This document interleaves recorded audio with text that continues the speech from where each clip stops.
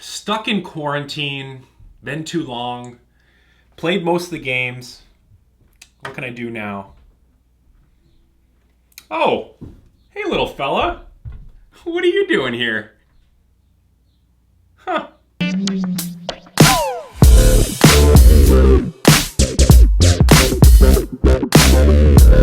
Hey guys, welcome back to the channel. I hope everyone is happy and as healthy as can be during this time that we're living in, thrusted into this pandemic. But today's video is super exciting and I'm glad you have joined us. So the people at PlayTable have sent me a prototype package for the game of Battlegrid, including the characters and cards they will be using to play the game. I'm sure some of you have seen the game Battlegrid in the marketplace and wondered, well, what the heck is it? So today I'm hoping to give you your first look at what Battlegrid is and what it can be. So let's get a closer look at Battlegrid.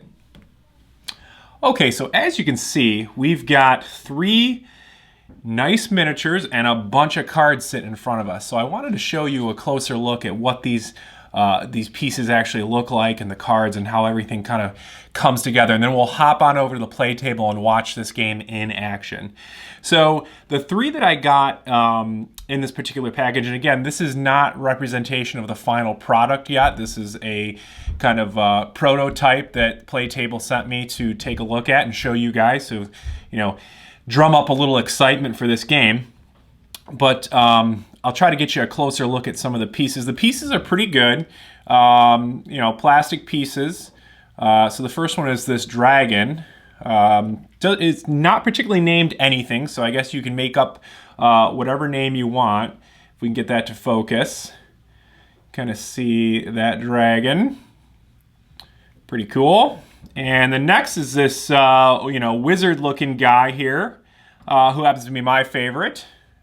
He's got a neat little staff. Can't get the camera to focus. There you go. Again, quality of the items are fairly good. Good enough where you know, even a child could play with it, and I don't think would do any damage to it. And then the third guy is this, I don't know what you'd call him, but he's kind of crazy looking. So you've got, you know, green, blue, and red. So then what happens if you have your corresponding cards that go with your character. So as for the cards, pretty neat, very thick, you know, for a card. I think because it probably has to have the NFC stuff, you know, built into the card. But you can see there, I don't know if you can see the thickness of these cards.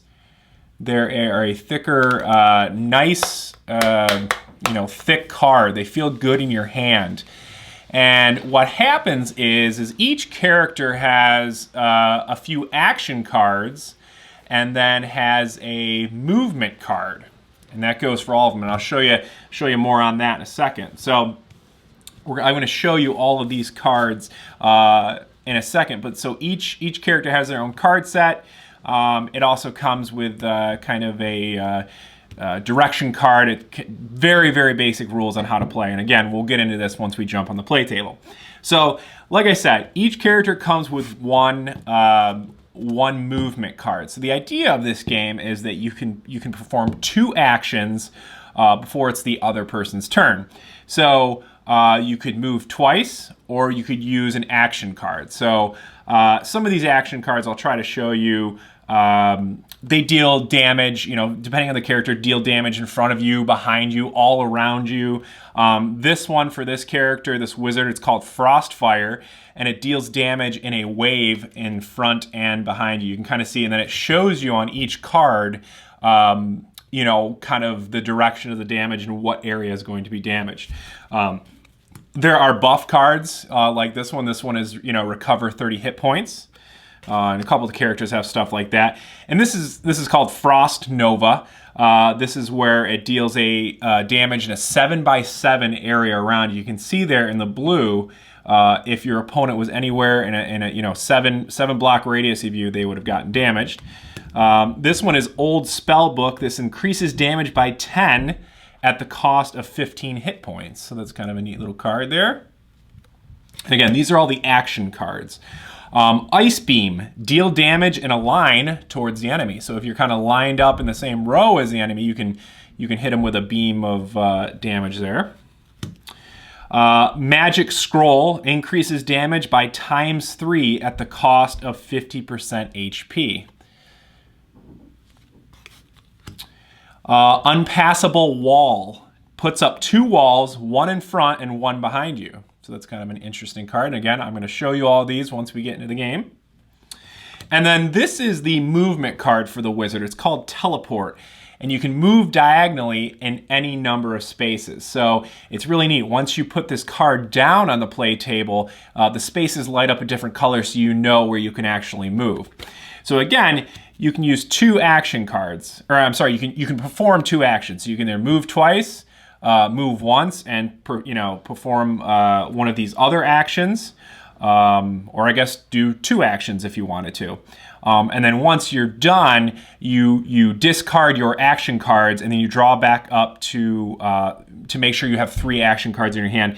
The movement card you always get to have. That's kind of one card that just sits in your hand the whole time, and then you'll have 3 other action cards. So let's hop over to the dragon here and see what kind of cards he has. The first one on the top is Firebolt, and it deals damage in a 6 grid length cone. So it's a little bit different area of effect, but you can see there on the card, you can see the picture of the damage structure.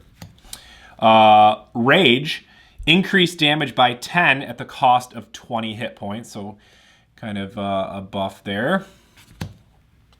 That's his movement card. We'll get to that in a second. Lightning Strike. Send a damaging projectile in a 3 wide area in front and behind you. So that's kind of neat. You can see that. Plasma Beam. Deal damage in a line towards the enemy. So actually the wizard had something. I think theirs was called Ice Beam. Wall Breaker, send 2 projectiles in a single row in front and behind you. Each deals damage separately. That's neat. That's almost like a double plasma beam. I apologize that the camera is not focusing on these cards. Armageddon, this one's kind of neat. When I was doing my testing, this was a fun one. This deals damage to 15 random spots on the grid. You can see all those X's. There it goes. It's starting to focus there. You can kind of see where it will randomly damage 15 spots. That's kind of a wild one, but very fun to use. Dragon Rage, increased damage by ×3 at the cost of 50% HP. And then finally, the dragon's movement card is called Soar. And this allows you to move to a square, basically move to 1 square in a 7x7 area around you. So the dragon has quite a wide area that they can move to. So that was the dragon. And then we're going to get to this guy. We need to come up with a good name for this guy. Kind of blanking right now, but let's take a look at his cards. So the first one is Wall of Fire. So puts up 2 walls, one in front and one behind you. Actually, I think the wizard had a card like that as well. See if we can get that to focus. Wall of Fire, there it is. That's his movement card. The next one is Demonic Rain. Deal damage to 1 row and deal damage to 1 row in front and behind you. See that one there? Takes a second to focus, but we'll get there. Hell Fireball. Send a damaging projectile in both directions.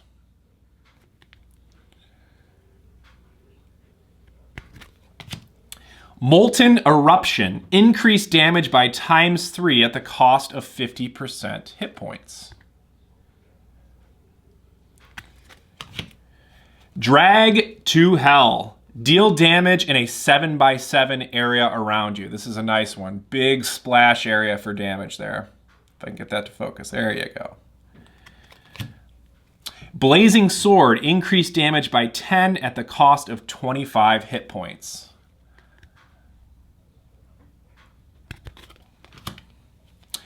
Total Annihilation. Deal damage to 3 random 3x3 spots. Pretty neat. Kind of something like what the dragon has, but more controlled. Again, that's random damage. And then the movement card is Crawl. Move to a square in the 5x5 area around you. So this guy has, I guess we'll call him a shaman. He's kind of like a shaman. The shaman has a little bit smaller area around him, but can move in an area around him, kind of like the dragon. Whereas the wizard, he can only move, you know, diagonally. So again, I just want to reiterate, this is kind of a first edition. This does not represent the final copy of the game. Just some things off the bat to notice. I do wish that you know, the cards had, you know, the damage points on them. They don't really say much as far as how much damage that you can deal, but you'll see once we hop into the game, there's a bar and it shows you how much damage. But it would be nice to just kind of count up and see what it is on the card. So this is the set. Let's whip out the play table and see how this game looks. Okay, so we got our play table out, and upon starting up Battlegrid, this is kind of what you are greeted to. This is the battle grid. And right now, with the early build of the game, there's not a whole lot of direction on what to do besides what comes on the cards in the game. But basically how you get started is each player is going to choose a character, either the dragon, the wizard, or the shaman. That's not their official title, I'm just calling them that. And you're gonna place them on the first row of each side. So in this particular game, let's go with the wizard. So we're gonna have him start right here. And once I did that, you can see that his position lit up and his damage bar lit up down here. It may be hard to see, it's a little upside down, but he starts out with 300 hit points and his damage multiplier is a -1. And his damage, multiplier is a ×1. His base damage is a +0. So when you start adding those bonus cards, you're going to see that this meter starts, you know, raising and lowering depending on what cards you play. So there's our wizard, and then let's get the shaman over here, and we'll start the shaman.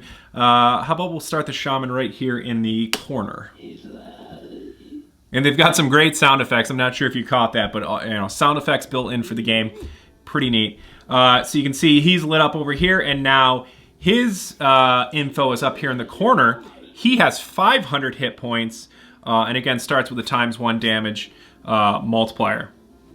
So once you've decided who's going to go first, the player who's going second actually gets an extra card. So the first, when you set up the game, again, you grab your movement card, and you grab 3 action cards from a pile of cards that you have hopefully shuffled up well. So anyway, so basically after that, the first player is going to go and play a card. So this is kind of neat. So let me grab the wizard deck here. And you can put these cards down anywhere you want. So on my first action, I want to move my wizard. So I'm going to take the teleport card here, which again, I'm going to show you this again. There's the teleport card, and this allows me to move diagonally in any number of spaces. So all I'm going to do here, set it down on the play table. You can see it powered up my character over here, so I can take that off. And then what happens is, it may be harder to see, you can tell that these grid spaces changed a different color. They're like a purpley, blue, whatever you want to call them. Those are the spaces that I am allowed to move to now. So I'm going to move from here, and I'm going to come all the way down to here and sit right there. So that is my first action. My second action, which I don't know if there's anything I can really do right now. There's not, so you know what I'm going to do is I'm going to move again. Again, my wizard can only move diagonally. So I'm going to place the card down. It's going to power up my character. Oops.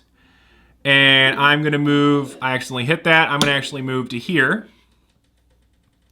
And that would be it for my turn. If I had used any other actions besides a movement card, I would have discarded them and then drawn back up to have 3 action cards in my hand. So this is now the shaman's turn. So I'm gonna get wild. I'm gonna take a shot with the shaman. If you remember, he has this total annihilation card, which deals damage to 3 random 3x3 spots. So let's just, on a wing and a prayer, let's try to damage the wizard here. So again, all I got to do, set the card down, and it actually, you can see it actually hit him. Very cool. And so you can see here that the wizard's hit points went from 300 down to 292. I apologize that it's upside down. So that was a good move. So after that, let's just go ahead and move the shaman here. We're gonna set this card down, and his movement is crawl, so he gets to move to a square in the 5x5 area around him. So again, as you can see, the purpley blue spaces here are the ones that I'm allowed to move to. Okay, so I'm gonna take my shaman and move him, let's say right here. And that would be it for the shaman's turn. That was 2 actions. That was, I did the total annihilation, and then I did a movement. And I would have discarded the total annihilation card and drawn back up to 3, and now it's the wizard's turn. So let's see if there's anything I can do here. And you can see on the game, there's like walls and stuff, and that prevents damage from hitting various things. And you'll see there's, as I said before, there's some defensive cards where you can set up your own walls. So let's see here. Let's play the wizard's Frost Nova. This deals damage in a 7x7 area around me. So all I gotta do is set the card down on the play table. And very, very cool effect, except I did not count correctly, and it happened to not hit the shaman. But hey, it was a nice try, right? But you could see that the area is 7x7 around him lit up, so if I had any opponents in that area, they would have taken some damage. So that was kind of a waste. But we're gonna go ahead and move now on my second action. So I'm gonna take this and put that down, and again, you can see it's lit up blue. So I'm gonna move him to this spot right here. So again, my turn would be over, and it would be the shaman's turn. Now I wanna show you something here, if I can.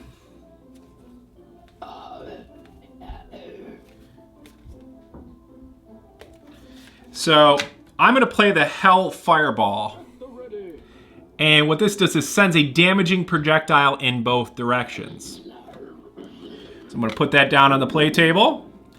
Now, if you noticed, this wall stopped the projectile. It went backwards, but it did not go forwards because of that wall. So these obstacles on the grid you have to watch out for while you're playing the game. It just adds another level of strategy. Pretty cool. So that's basically the game. You go back and forth, and you fight your opponent down to 0 hit points. And again, there are cards where you can increase damage, increase your hit points, and stuff like that, and so on and so forth, until the other player gets down to 0 hit points.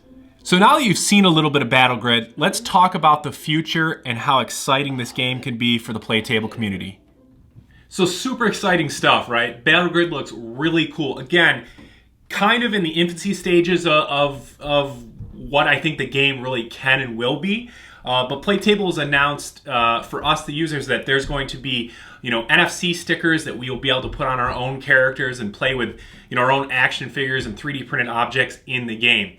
But you can see how exciting this game could be. I think, down the road, if I had to make some tweaks, I think they could really go a lot deeper on the cards as far as, damage points and different abilities and stuff that are more unique to characters. And hopefully down the road, we'll be able to somehow program our own cards and stuff like that. But really a great start, and I can't wait for this to actually, get out into the masses and the PlayTable community and actually see what you guys do and how you play the game, because you're probably going to be way better than I am at something like this. But so far so good. I'm excited. I'm excited for the progress of this game, and I don't have any dates or anything of when this is going to be available to the masses. Hopefully we'll find out very soon. But I hope you enjoyed the video. If you have any questions, please let me know. Please give this video a thumbs up and subscribe if you haven't. And by the way, I'm so excited to see that more and more of you are receiving your PlayTables each day. I love seeing it on the Facebook groups. I see tracking numbers posted much more frequently. So congratulations and welcome to the community. And thanks for watching, and we'll see you in the next video.